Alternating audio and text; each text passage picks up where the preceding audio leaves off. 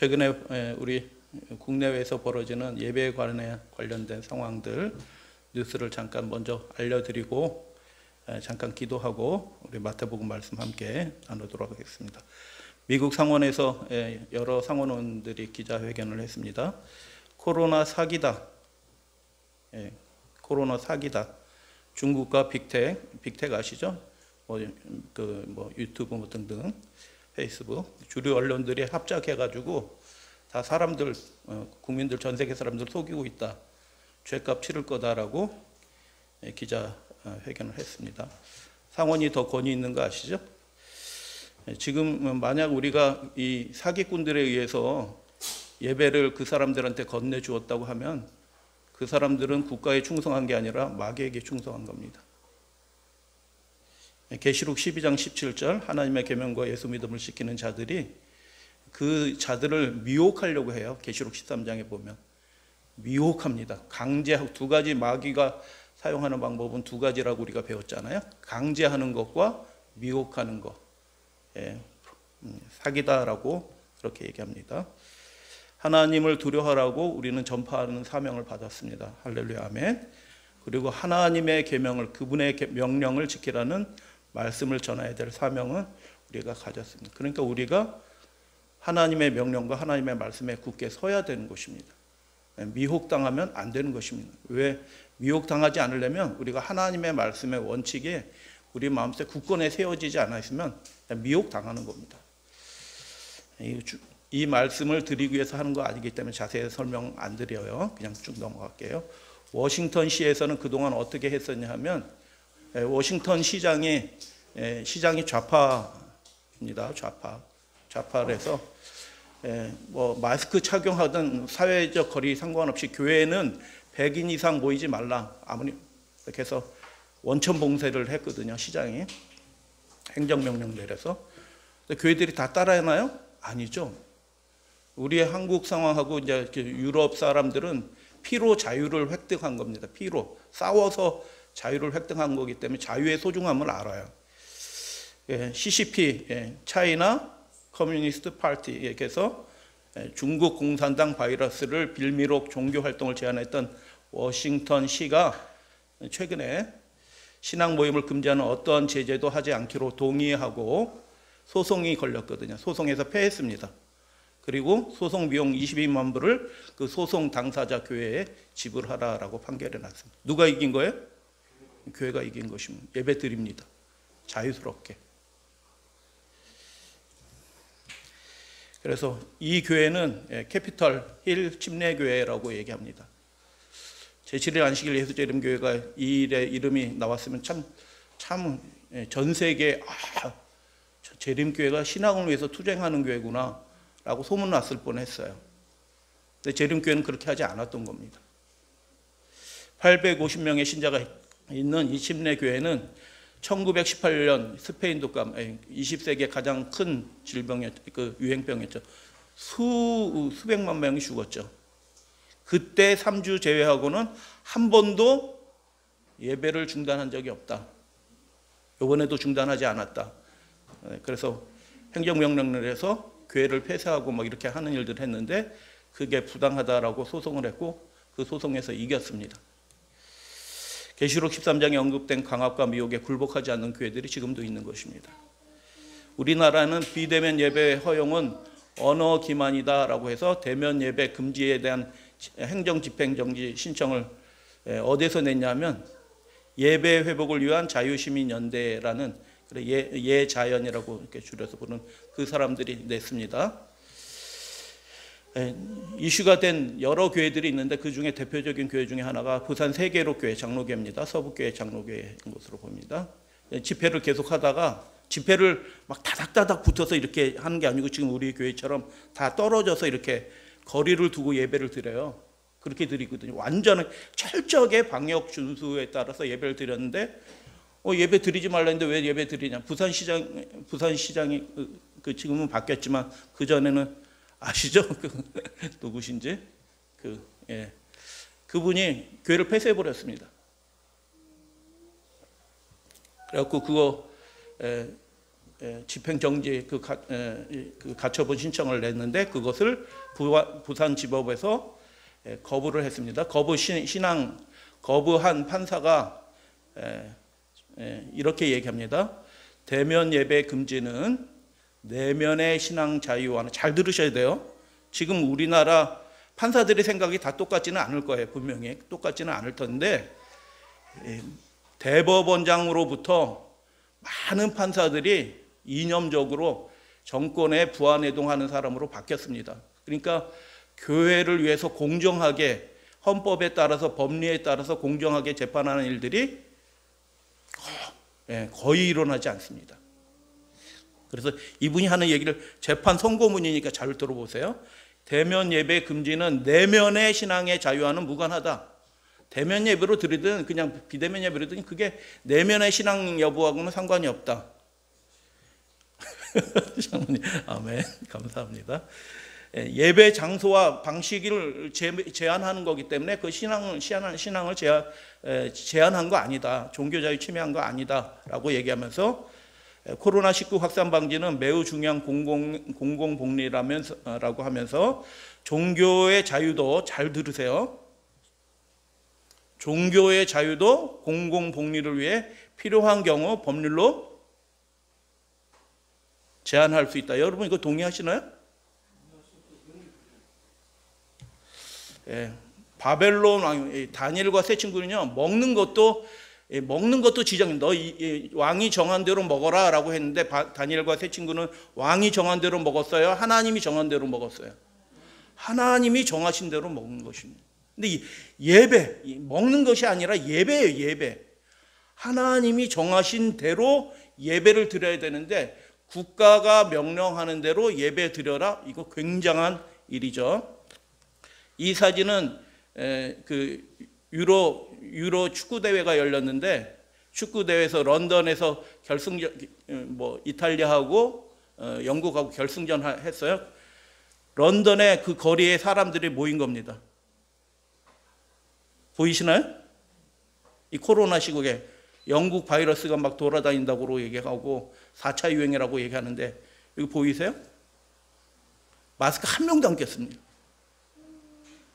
그리고 영국에서는 우리 이제 마스크 안 쓰겠다. 거리 제한 이런 것들은 논외예요. 마스크 안 쓰고 다니겠다 하고 100만 명이 나와서 시위합니다. 질문 드립니다. 내면의 신앙을 신앙이라고 하는 그 판사의 명령, 사람의 명령에 따라 우리가 예배를 드려야 되나요? 하나님이 성경 말씀에 주님의 명령에 신앙은 내면의 것이다. 각자 알아서 믿어라. 이렇게 말씀하셨나요? 공공의 유익을 위해서 신앙의 자유도 제한할 수 있다라는 사람의 말을 들어서 그 말을 따라서 우리가 예배를 드려야 되나요? 설명 안 드리고 그냥 말씀만 드리고 넘어갑니다. 공리가 공공의 이익이라고 얘기했잖아요. 그걸 두 글자로 얘기하면 공리라고 얘기해요. 공리주의 들어보셨을지도 몰라요. 공리가 도덕의 근거가 될 수 없다는 것은 상식입니다. 설명 안 드립니다. 공리가 도덕의 근거가 될 수 없는 것은 이미 자명한 상식이에요. 그것이 법의 근거가 될 수 없어요. 게다가 자유는 사회적 기본 재화입니다. 우리 삶을 영위하는 데 있어서 자유는 사회적으로 가장 중요한 토대가 되는 재화예요. 그것을 배제하고 그 어떤 것도 그것에 침해받을 수 없는 겁니다. 우리 신앙적인 하나님의 명령을 되지 않고도 이 사회의 상식적인 이미 인류 역사를 통해서 얻어진 그 상식적인 결론입니다. 이게 결론. 세계로 교회가 어떻게 됐냐 하면은 세계로 교회가 이제 왼편 위쪽에 세계로 교회입니다. 그리고 예배 금지 명령이 내린 겁니다. 근데 우리는 금지하지 못한다. 사회적 거리 두고 예배 드린다 해가지고 저렇게 이게 새벽 예배 모습이거든요. 그 두 번째 화살표 있는 것은 저렇게 예배 드리면 예배 드리게 해줘야 되는 거 아닌가요? 지금 공연장에서는 5,000명씩 모이는 거 아시나요? 프로야구 다 하고 있는 거 아시잖아요? 뭐 지금 요즘 NC 선수 뭐 어떻게 프로야구 뭐 하지만 욕바지로 이렇게 돌리고 있지만 실제로는 다 합니다. 그리고 그것도 금지해 버렸습니다. 그것마저도 예배 드리지 마라. 저렇게 거리를 두고 저렇게 가득 모이던 교회가 저렇게 예배 드리는데도 어떻게 해요? 예배 드리지 말라 해가지고 그래? 그러면 우리는 운동장에서 예배 드리겠다 하고 운동장에서 예배를 계속하는 겁니다.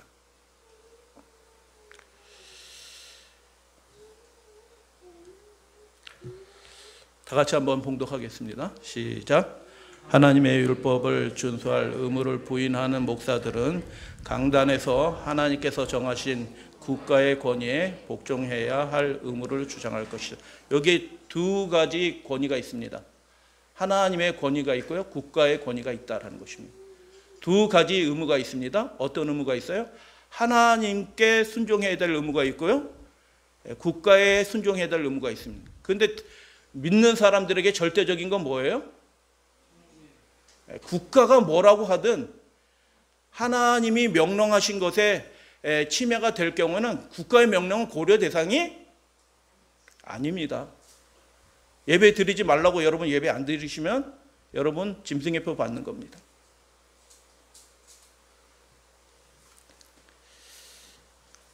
승리하는 사람들은 하나님의 계명을 지키는 자라고 계시록에 그렇게 계속 반복이 됐습니다. 처음부터 끝까지 하나님의 말씀을, 하나님의 계명을 지키는 자로 계속 나옵니다. 승리하는 자는.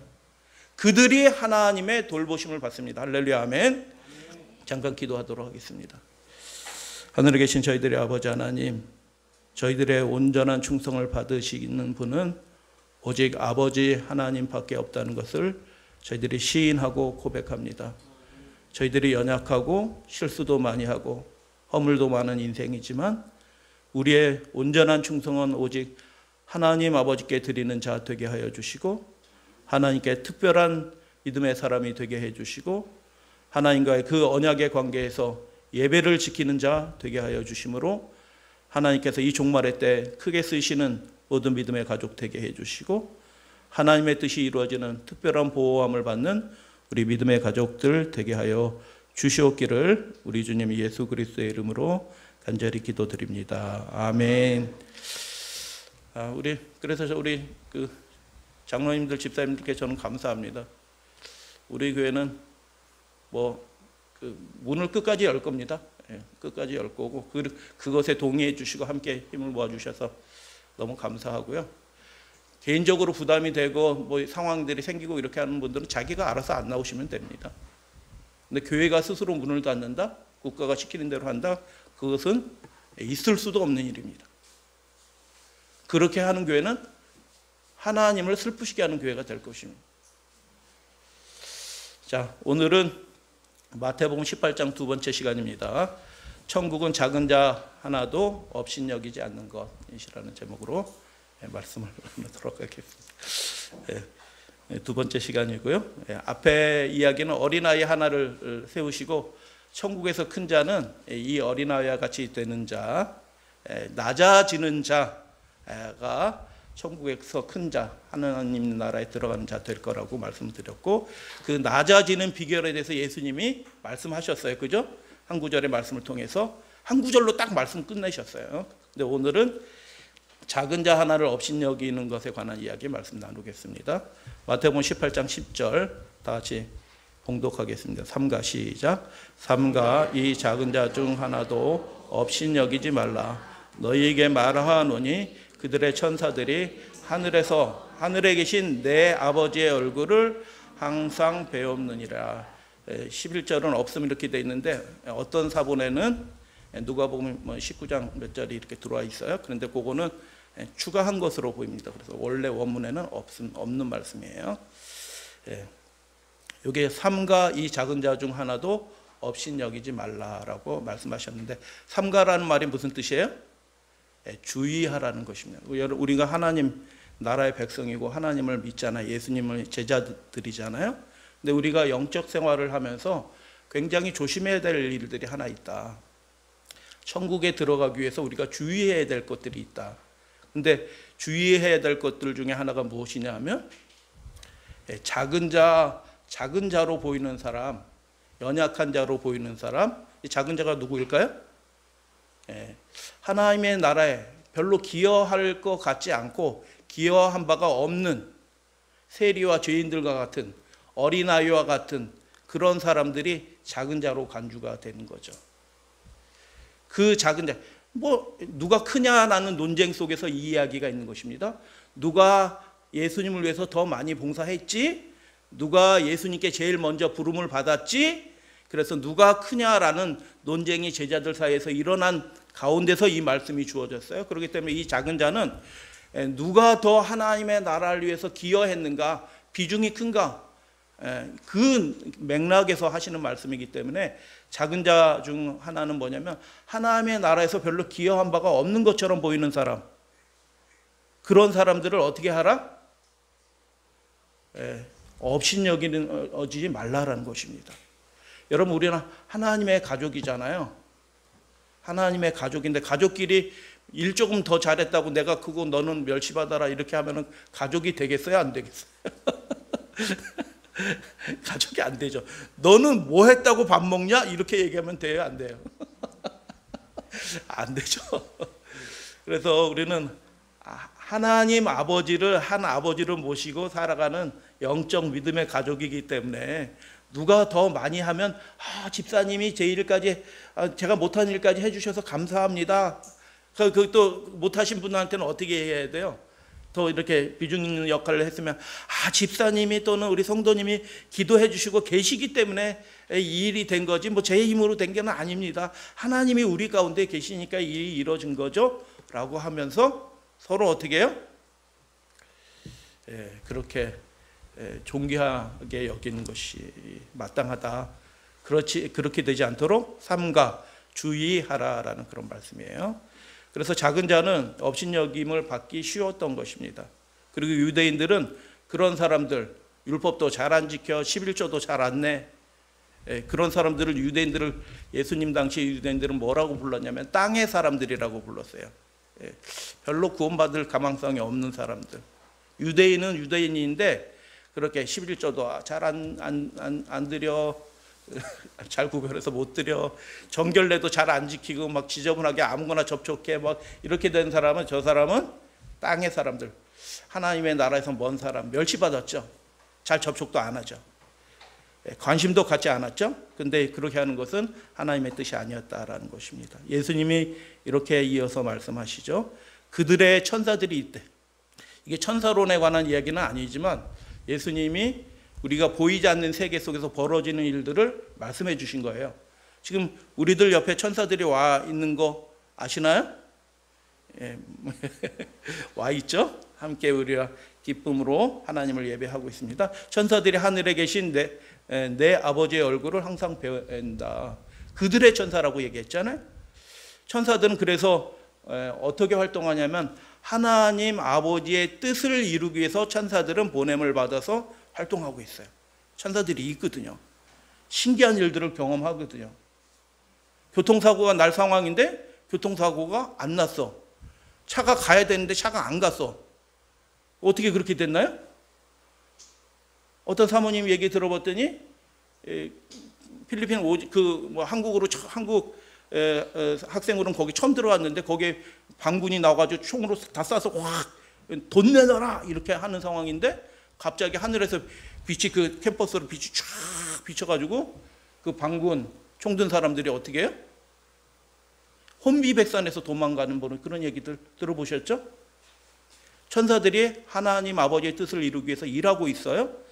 그 일하는 대상들은 일 잘하고 믿음 생활 잘하는 사람만 돌보는 것이 아니라 연약한 자, 지극히 작은 자 중 하나, 그 버려진 것처럼 보이는 그 사람을 위해서도 하나님께서 천사들을 보내서 일을 하고 계신다라는 것입니다. 그래서 지극히 작은 자들 하나도 하나님의 돌보심, 천사들의 돌봄에서 제외되지 않는다. 할렐루야, 아멘.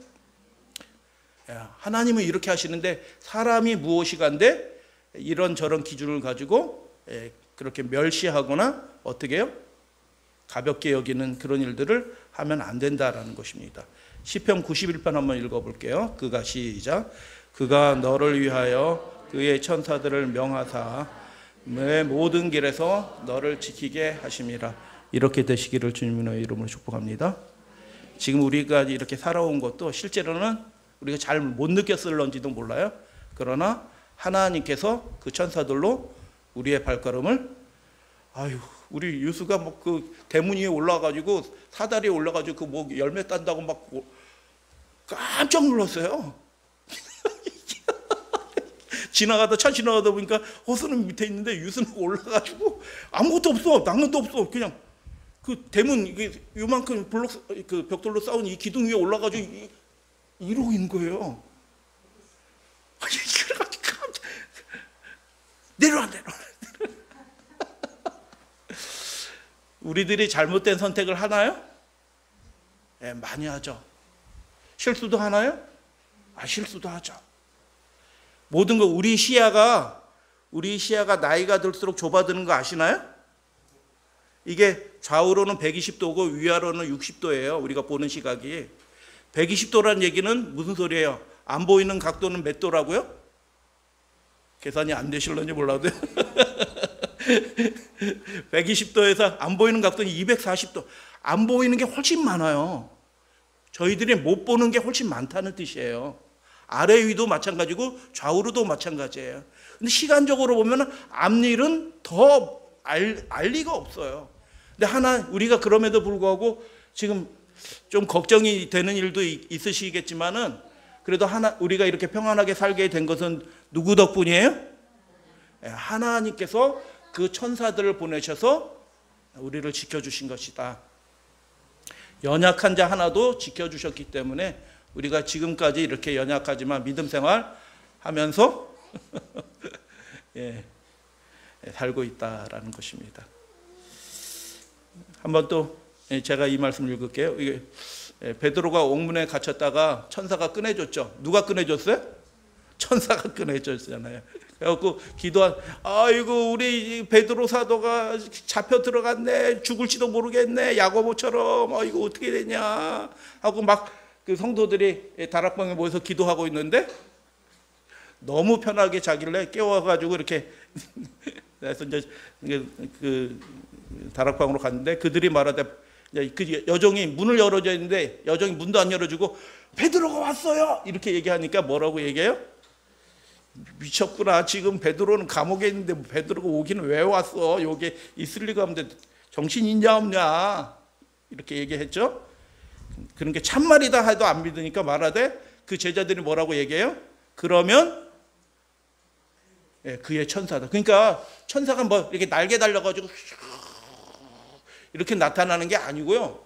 실제로는 사람 모양으로 우리들 가운데 있어가지고 도와주고 도움을 주고. 그러니까 여러분이 그분이 천사인지 모르고 어떨 때는 도움을 받는 경우도 있다는 얘기예요.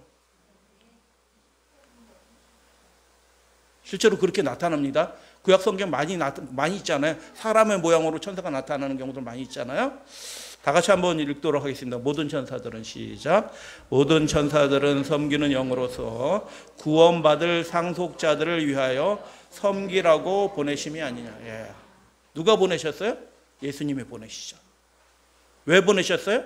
그 상속자들을 지켜주시기 위하여 천사들을 섬기는 영으로서 보내주셨다라는 것입니다. 그래서 우리가 이렇게 돌봄을 받은 것은 하나님의 은혜입니다. 우리가 교만할 이유가 별로 없는 거예요. 우리가 기껏 봐야지 120도 보는 사람인데 우리가 뭘 교만할 이유가 뭐가 있어요. 그죠? 하나님의 돌보심을 이렇게 감사하면서 연약한 자가 있으면 어떻게 해요? 지극히 작은 자 하나, 별로 하나님의 나라에 대해서 기여하는 바가 없는 것처럼 보여. 그런다고 멸시하면 돼요? 안 돼요? 안 되죠.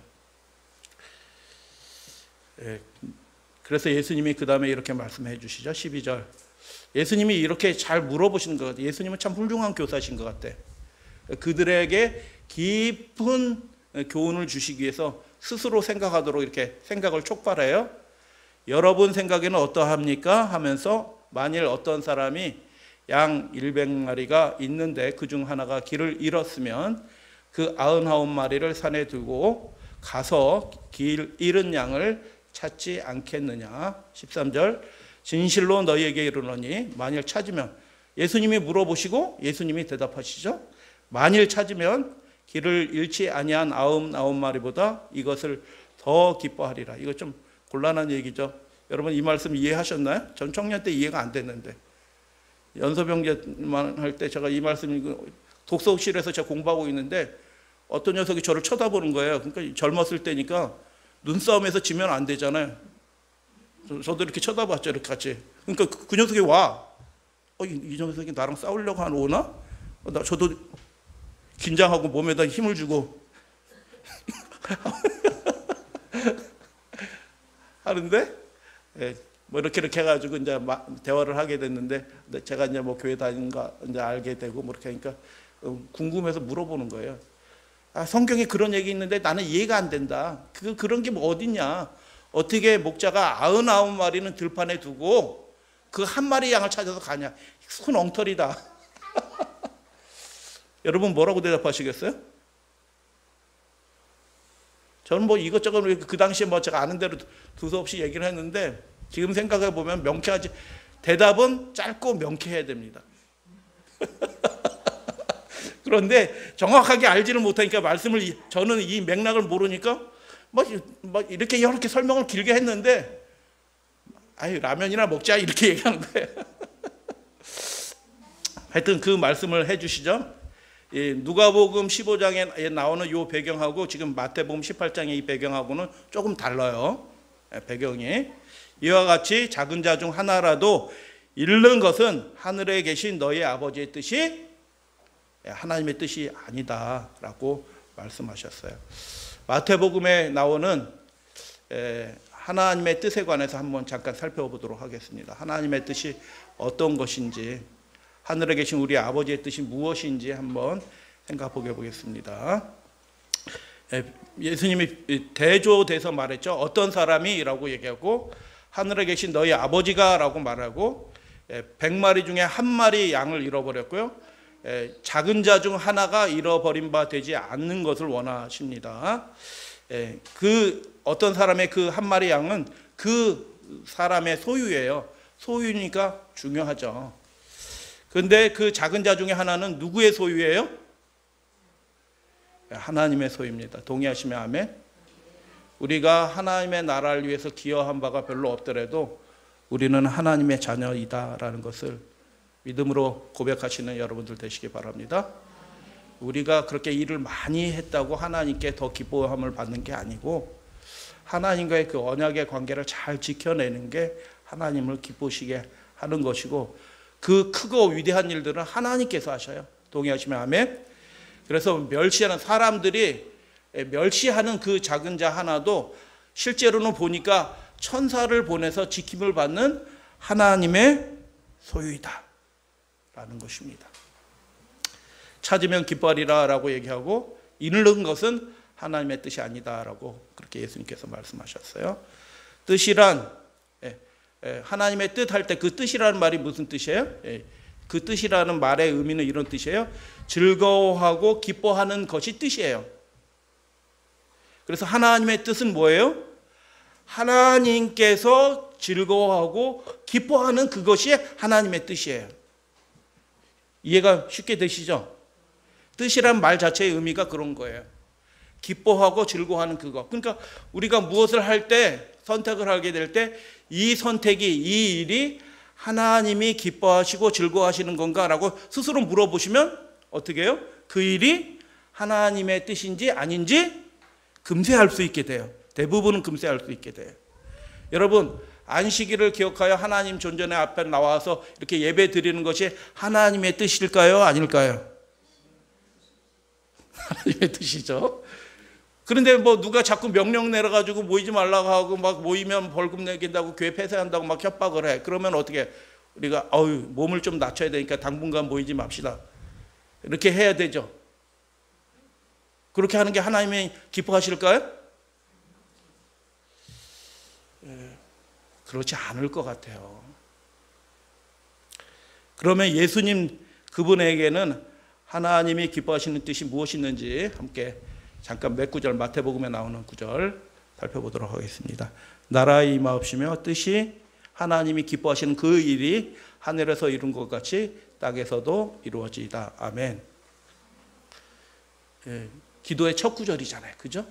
예수님이 그분의 생에서 제일 중요하게 여기신 게 뭐예요? 하나님이 기뻐하시는 그 일이 이 땅에서, 우리 가정에서, 나의 삶에서 이루어지게 되기를 예수님은 원하셨던 것입니다.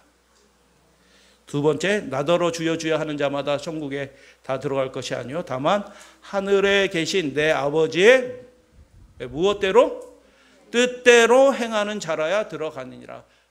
믿습니다. 예수님 사랑해. 하나님, 제가 하나님을 그렇게 좋아해요, 기뻐해요, 경배해요, 이렇게 하면서 하나님의 뜻대로 행하지 않는 사람, 하나님이 기뻐하시는 그 일은 안 해. 그러면 어떻게 해요?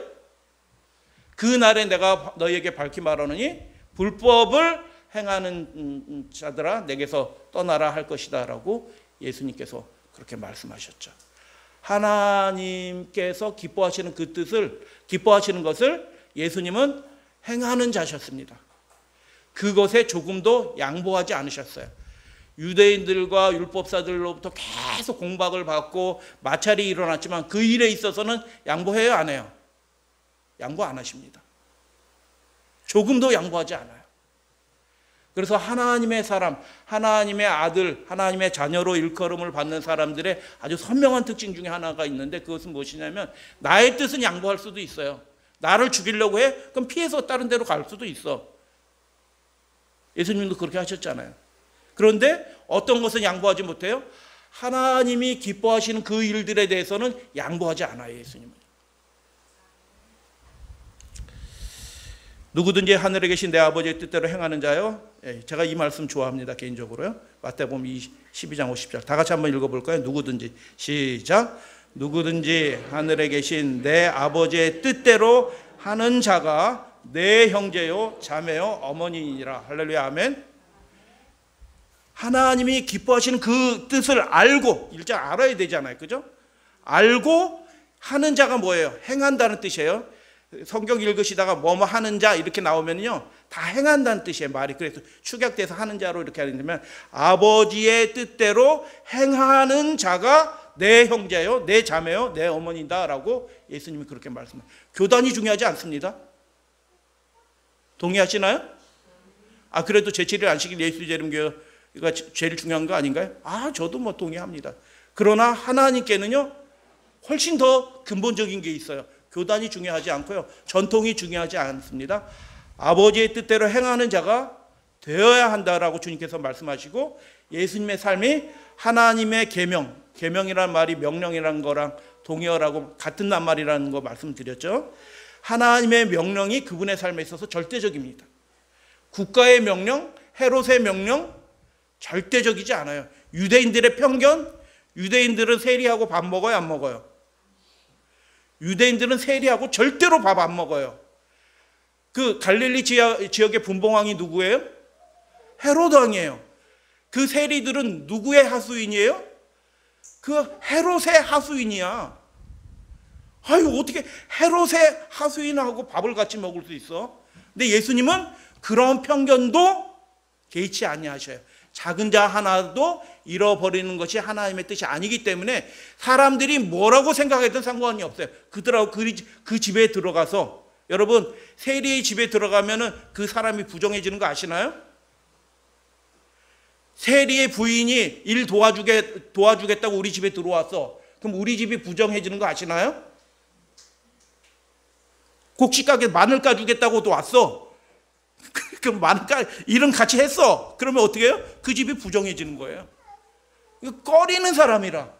근데 예수님은 어떻게 해요? 그 작은 자 하나도 잃어버려지는 것이 하나님의 뜻이 아니다. 그분의 명령이 절대, 남들의 시선이 하나도 중요하지 않아요. 미움받는 게 중요하지도 않아요. 그게 하나님의 뜻이면 그것으로 충분한 겁니다. 동의하시면 아멘? 그러면요 많은 일들이 쉽게 해결됩니다. 그게 구분이 안 되기 때문에 자꾸 이렇게 힘들어져요. 이렇게 정리가 안 되고, 어떤 일도 정리가 안 되고, 마음에서도 결단이 똑바로 안 생기고 그러는데, 이게 하나님의 뜻이 분명하다? 그러면 그 일을 행하시고 그 일로 인해서 후회하지 마십시오. 그 일을 받으신 분은 누구셔요? 하나님이십니다. 오늘 마태복음 18장 14절 말씀, 이 작은 자 중 하나도 잃어버리는 것은 하늘에 계신 너희 아버지의 뜻이 아니니라 라고 그렇게 말씀하셨어요. 마태복음 26장에 하나님의 뜻이라는 말이 마태복음에서 제일 마지막 나옵니다.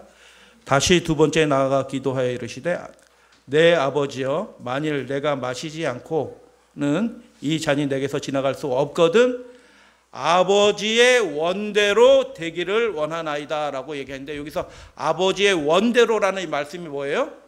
아버지의 뜻이에요. 뜻입니다. 여기서는 뜻으로 번역을 해야 되는데 좀 이렇게 의미상으로 이렇게 번역한 건데 같은 단어예요. 아버지의 뜻대로 되기를 원합니다라고 하고, 그분이 죄의 저주를 받아서 아버지의 심판을 받아서 끊어져 나가는 그 일을 기꺼이 당하신 것입니다. 할렐루야, 아멘. 예수님은 하나님의 뜻이라면 자신의 전 존재를 다 드리는 것입니다. 기뻐 드리는 것입니다. 오늘 내 인생이 여기서 끝날지라도 내 인생을 받으시는 분은 하나님이시다 라고 해서 그분이 자신의 삶을 다 드리는 것입니다. 하나님의 뜻에. 삼가 이 작은 자 중 하나도 업신여기지 말라라고 그렇게 말씀하셨습니다. 업신여긴다라는 말이 멸시한다라는 것입니다. 로마서 2장에 보면 하나님의 참으심의 풍성, 하나님이 오래 참으시는 분이십니다. 할렐루야, 아멘. 근데 그걸 멸시해요. 어떻게 해요? 계속 순종하지 않고 자기 방식대로 살아가. 그런 것이 하나님의 오래 참으심을, 그 풍성하심을 멸시하는 거다라고 얘기해요. 디모데전서 4장 12절에 보면 그 지도자의, 교회를 섬기는 그 지도자의 나이의 어림을, 너의 연소함을 업신여기지 않도록 하라라고 그렇게 얘기하는 것입니다. 채신 잘해라라는 것입니다. 그래서 나이 어림을 업신여기는 일들도 있었고요. 심각한 건 이겁니다. 고린도전서 11장 22절, 하나님의 교회를 업신여긴, 교회에서 마음대로 하는 겁니다. 자기 방식대로. 내가 원하는 대로 교회가 다 되기를 원해.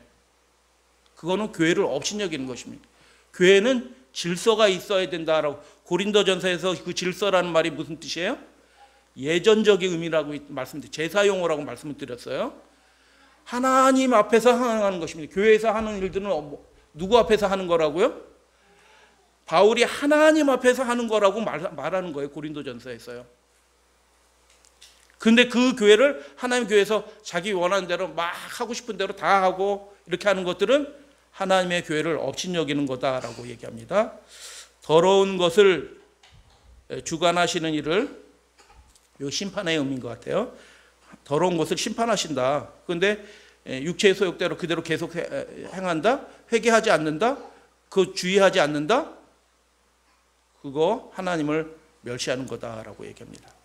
주의하라라고 말씀하셨습니다. 근데 이런 일들을 우리가 주의해야 한다라고 이야기한 것입니다. 근데 히브리서 12장에 보면 굉장히 은혜스러운 말씀이 있죠. 같이 한번 읽어보도록 하겠습니다. 예수는 시작. 예수는 앞에 있는 즐거움을 위해 십자가의 수치를 개의치 아니하였다. 업신여기지 말라는 기본적인 의미는 가볍게 여긴다는 뜻이에요. 하나님의 풍성하심을, 은혜, 오래 참으심을 가볍게 여기는 거야. 뭐 하나님은 좋으신 분이야. 이런 게 하나님을 가볍게 여기는 거예요. 뭐 나이도 별로 안 들었네. 가볍게 여기는 것입니다. 교회에서 함부로 하는 거, 교회를 가볍게 여기는 거예요. 심판하시는 하나님을 두려워하지 않아요? 하나님을 가볍게 여기는 것입니다. 근데 예수님은 뭘 가볍게 여겼어요? 하나님의 뜻을 행하면서 당하는 그 수치와 부끄러움을 정말 아무렇지도 않게 생각하셨습니다. 예수는 그 앞에 있는 즐거움을 위하여, 그 앞에 있는 즐거움이 뭐예요?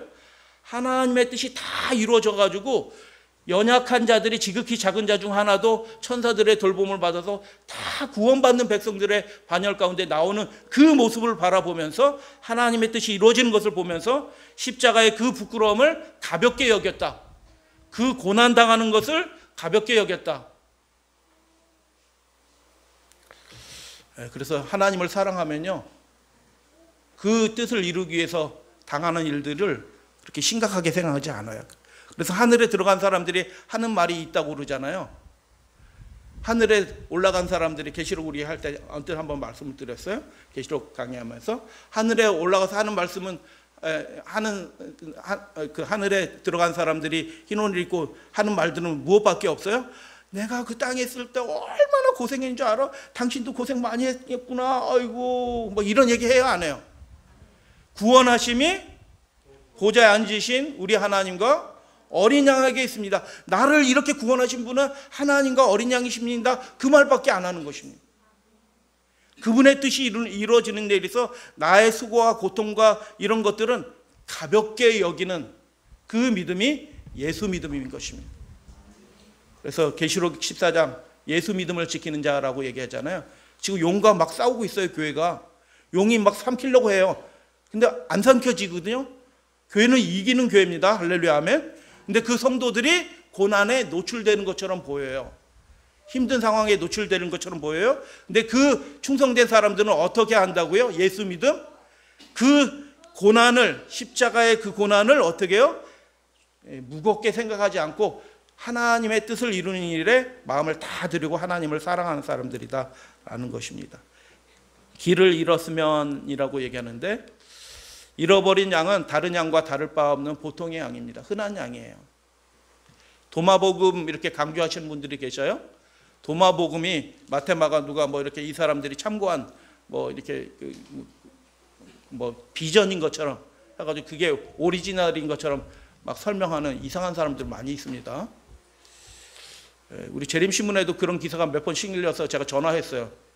지금 재림신문에다 이런 기사를 치는 이유가 뭐냐 도대체? 누가 이거 실었냐? 도마복음에 대해서 쫙 해놓고, 도마복음은 강해식으로 해놓고 도마복음이 뭐 신령한 영감 받은 것처럼 뭐 이렇게 해놨어요. 도대체 이거 누가 그랬냐? 누가 이렇게 해놨냐?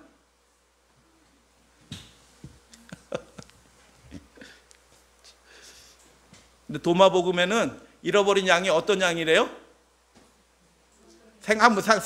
예수님은 이 양, 잃어버린 양이 아주 특별하고 사랑스러워서 그 양은 너무 소중한 양인데 그 양은 꼭 찾아야 되는데 이렇게 해서 찾아간 거예요? 아니요, 작은 양이고 그냥 보통 양이에요. 특별하지 않은 양이에요. 그러면 특별하지 않아도 그 목자이신 하나님께, 예수님께는 소중한 겁니다. 우리가 뭐 특별해서 하나님께 소중한 게 아니고 우리 존재 자체가 하나님께 소중해요. 할렐루야 아멘. 근데 도마복음에는 그 잃어버린 양이 어떤 양이냐면 자기가 가지고 있는 양 중에서 제일 큰 양이래요. 벌써 이게 복음서가 아니라는 거 느낌이 확 오죠. 진짜가 오리지널이 아니라는 게 느낌이 오죠. 제일 크고 젖이 제일 많이 나오는 양이에요. 털이 제일 많이 나오는 양이래. 그러니까 목자가 그거 없어지면 안 되는데 하고 찾으러 갔대. 그게 복음 같아요? 가짜 복음 같아요? 딱 들어도 압니다. 근데 그걸 신주단지 받들듯이 하는 사람들이 종종 있어요. 종종. 여러분, 서울대학교 종교학과 나왔다고 대단한 사람들이 아니에요. 타이틀에 속으시면 안 되고요.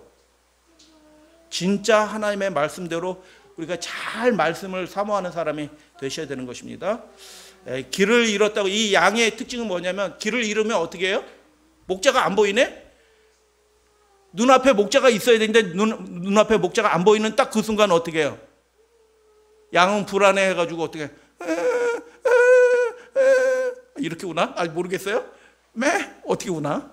하여튼 울어요. 울기 시작하면은 그게 좋은 징조예요? 나쁜 징조예요? 더 위험해요. 어떻게 해요? 늑대가 저기 뭐 있네? 먹을 게 있네? 하고 오거든요. 근데 그것도 모르고 더 불어나니까 이렇게 소리를 지르면 어떻게 해요? 늑대가 옳거니 하고 잡아먹으러 오는 거예요. 여러분, 하나님이 도와주시는 분은 어떤 분이시냐면, 내가 길을 잃었다. 내가 40 살아왔는데 50 살아왔는데 내가 평생을 이렇게 살아왔는데 내가 길을 잃은 것 같다라고 그런 생각이 들 때가 있습니다. 그때 그 인생을 하나님께서는 어떻게 해요? 긍휼히 여겨주신다라는 겁니다. 그리고 어떻게 해요? 찾아오신다는 겁니다. 구원해 주시기 위해서, 만나 주시기 위해서 찾아오신다라는 것입니다. 목자의 99마리 얘기 드릴게요. 99마리. 여러분 이거 대답 알고 계셔요? 왜 99마리는 들판에 두고 버린 거네? 그래갖고 누가 보면 양을 어깨 메고 들판으로 가요? 어디로 가요? 집으로 가요. 그러면 99마리는 어디다 두고 들판에 두고 지금 어디 간 거야? 목자가 두 사람이었구나. 이렇게 해결하시면 되겠지만 그렇지 않아요. 100마리는 혼자 칩니다. 그러면 목자의 구원을 바라는 그 연약한 자들은 하나님께서 반드시 도와줍니다. 내가 길을 잃었구나라는 생각이 들 때 그 마음을 아시는 분은 누구셔요?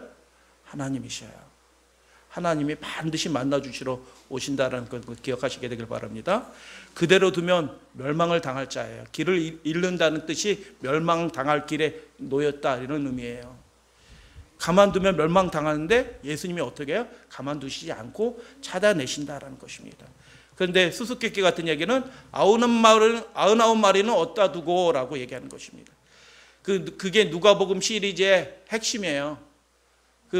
잃은 양, 잃은 은전, 그 다음에 잃은 아들 얘기가 나오는데, 그게 잃은 은전은 무슨 뜻이에요? 자기가 잃어버려진 바 된 줄을 모르는 사람이에요.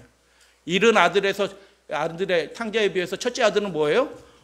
나는 아버지를 위해서 이렇게 일했어. 평생을 내가 이렇게 일한 사람이야. 라고 자기 일을 가진 사람이에요.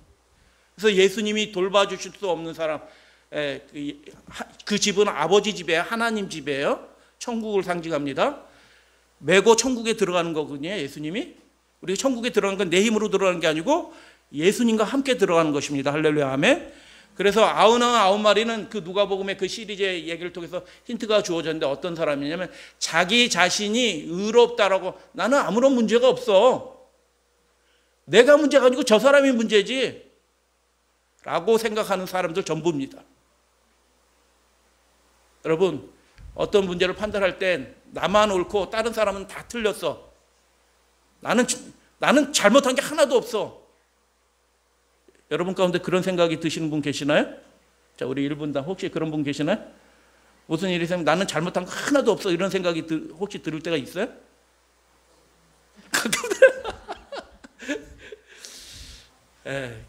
그런 사람이, 예수님이 은유적으로 말씀하시는 거예요. 그 사람들은 하나님의 나라 예수님과 함께 못 들어가. 들판에 그냥 있는 거예요. 자기네들끼리.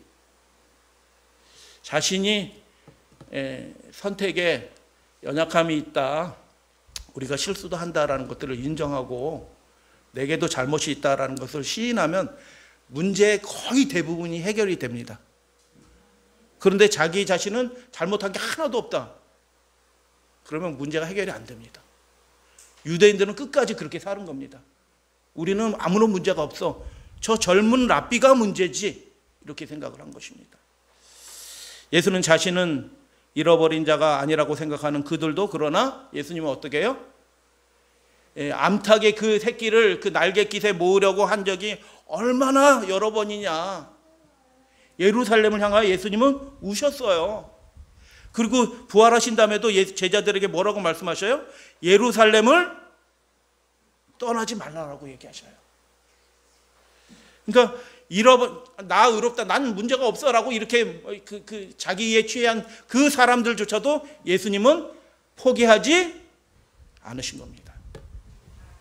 그 지극히 작은 자 하나도 업신여기지 말라고 하신 예수님은 그 예수님조차도 거절하는 사람도 포기하지 않으셨다라는 것을 보게 됩니다. 그것이 하나님의 뜻이고 그분의 뜻이었습니다.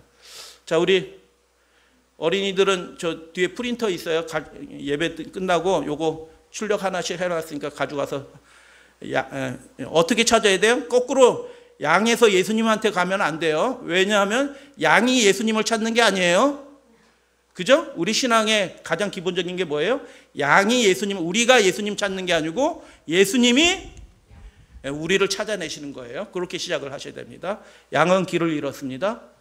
양이 목자를 찾는 것이 아니라, 그러나 목자가 양을 찾는 것이다라는 것입니다. 인간은 길을 잃었습니다. 우리는 원시치 못하고 좌우도 어쩔 때는 구분하지 못해요. 그러나 이리로 오라라는 목자의 음성을 우리가 그래서 들어야 되는 것입니다. 길을 잃었다라고 생각하는 사람이 오히려 구원이 가깝습니다. 아담과 하와가 실패했어요. 아담과 하와가 실패했는데 왜 실패했는지 힌트를 한번 생각해 보세요. 아담과 하와는 저희가 절대로 하나님의 명백한 명령을 범하지 않을 것이며, 훌륭해요, 안 훌륭해요? 훌륭하죠. 절대로 하나님의 계명 우리 어기지 않겠습니다. 천사 앞에서 약속한 거예요. 천사 앞에서 그들이 하나님의 뜻을 이행하는 것이 우리의 삶의 제일 큰 기쁨이에요 라고 천사들 앞에 그들이 입술로 시인하고 하나님을 그렇게 기뻐하던 자들이었어요. 근데 그들이 어떻게 해요? 실패했어요. 실패.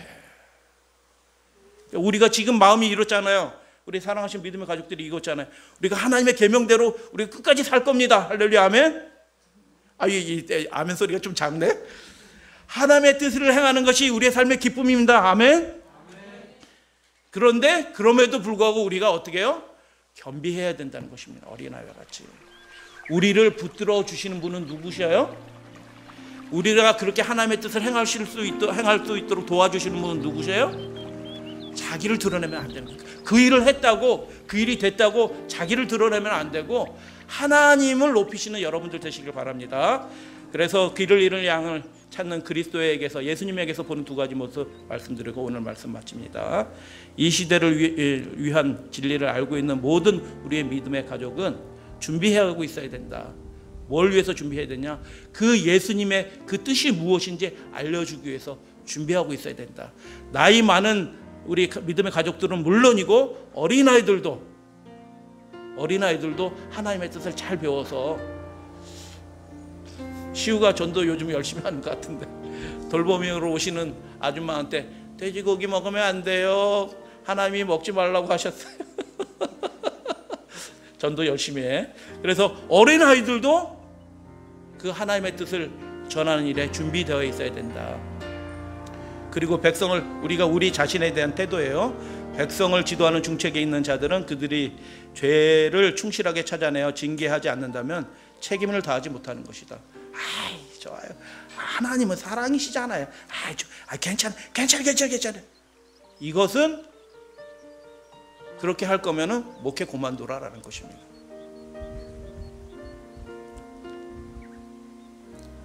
하나님의 사랑이 결코 죄를 경감시키지 않는다는 겁니다.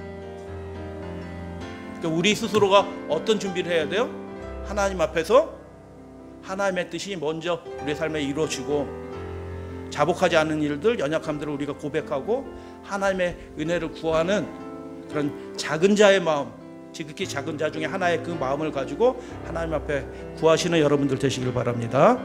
많은 사람들이 자기 동료에게서 뭐 집사님이나 장로님은 다 똑같네, 목사님도 똑같은데 괜찮아 이렇게 하면 된다, 안 된다?